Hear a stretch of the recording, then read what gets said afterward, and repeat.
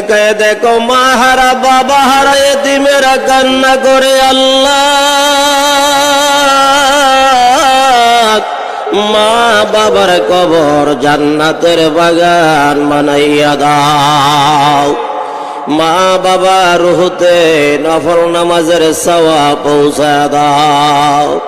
দাদা দাদি নানা নানি চাচা চাচি খালা খালু ভাই ভাতিজা আপনজন প্রিয়জন বংশধর যারা যেইখানে কবর দেশে প্রত্যেকের আরওয়াহ পাকে নফল নামাজের সওয়াব পৌঁছায়া দাও। 1971 সালে এই বাংলাদেশের স্বাধীনতার জন্য যারা জীবন দিয়েছিল, যাদের আত্মত্যাগে লাল সবুজের পতাকা, স্বাধীন একটি রাষ্ট্র আমরা পেলাম। আল্লাহ 52 ভাষা আন্দোলনে মায়ের ভাষার জন্য যারা জীবন দিল, তাদের আরওয়াহ পাকে তুমি সওয়াব পৌঁছায়া দাও।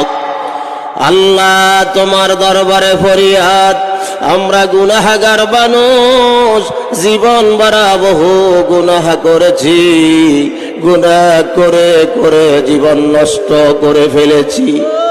আল্লাহ গুনার যে কি ভয়াবহ পরিণাম, গুনার যে কি ভয়াবহ পরিণতি, তা যদি আমরা জানতাম কশিনকালে আমরা গুনাহ করতাম না।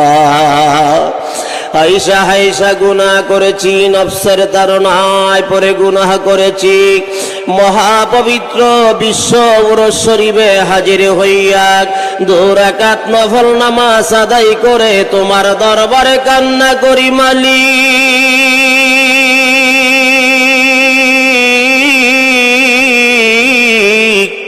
চোখের পানির দিকে তাকাইয়া দরদি বান্ধব আমার মুর্শিদ কিবলার উসিলায় 2 রাকাত নফল নামাজের বরকতে আমাদের জীবনের গুনাহ মাফ করে দাও।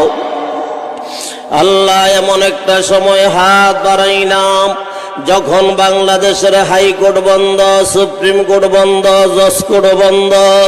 এই মুহূর্তে কোনো আসামিকে জামিন দেওয়া হবে না।